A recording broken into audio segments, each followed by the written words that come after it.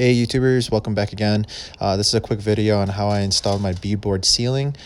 So this is a video of how I did it. I actually started from the middle of the fan, so I did the hardest part was to cut around the fan there and then work my way out from the middle, so then I would have clean lines there going straight down the van.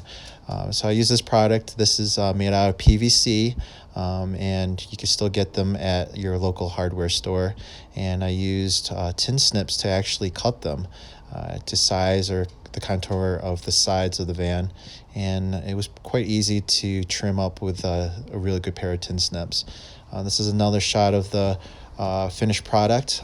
So I was able to cut the holes for the light in the ceiling and the fan, and just worked my way from the middle to my way out, so everything you can see is lined up and goes straight down and makes a very clean look of the install.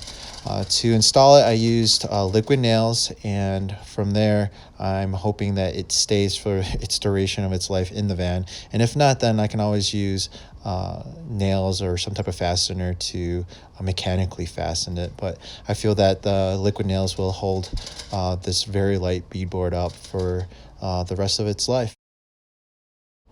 So this beadboard that I got was probably at least 7 years ago, where I stockpiled it in my basement, hoping I can use it for a project, and luckily I still had it.